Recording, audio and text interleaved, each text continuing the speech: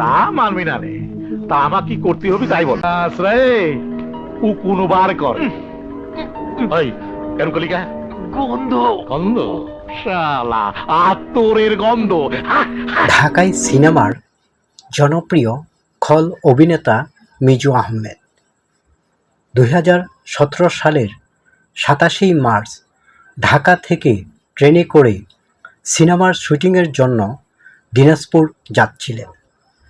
বিমানবন্দর স্টেশনে পৌঁছানোর আগেই হৃদরোগে আক্রান্ত হন। পরে তাকে স্টেশনে নামানো হলে সেখানেই শেষ নিঃশ্বাস ত্যাগ করেন। বাংলা চলচ্চিত্রের অন্যতম খল অভিনেতা মিজু আহমেদ 1953 সালের 17 নভেম্বর কুষ্টিয়ায় জন্মগ্রহণ করেন। বাবা বিশিষ্ট সমাজসেবক মরহুম আব্দুল মুহাম্মদ। 2 মেয়ে ও 3 ছেলের মধ্যে মিজু আহমেদ ছিলেন সবার ছোট।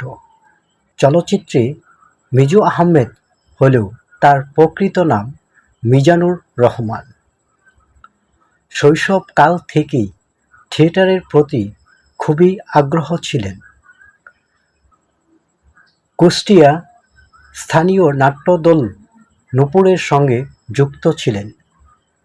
সেখানেই অসংখ্য পথনাটকে অভিনয় করেন এই অভিনেতা। পরে রাজশাহী বিশ্ববিদ্যালয় থেকে কেমিস্ট্রি বিষয়ে অনার্স মাস্টার্স সম্পন্ন করেন মিজু আহমেদ।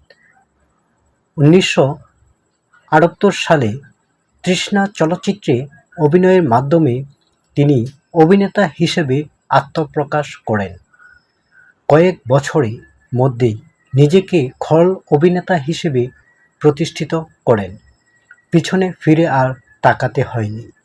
একের পর এক চলচ্চিত্রে অভিনয় করে গেছেন দাপটের সাথে এই খল অভিনেতা মিজু আহমেদ। এছাড়াও তিনি তার নিজের চলচ্চিত্র প্রযোজনা সংস্থা ফ্রেন্ডস মুভিজ এর ব্যানারে বেশ কয়েকটি চলচ্চিত্র প্রযোজনা করেছিলেন। অসাধারণ অভিনয়ের সুবাদে 1992 সালে জাতীয় চলচ্চিত্র পুরস্কার লাভ করেন এই খল অভিনেতা। বড় পর্দায় প্রায় 800-ও বেশি ছবিতে অভিনয় করেছেন তিনি।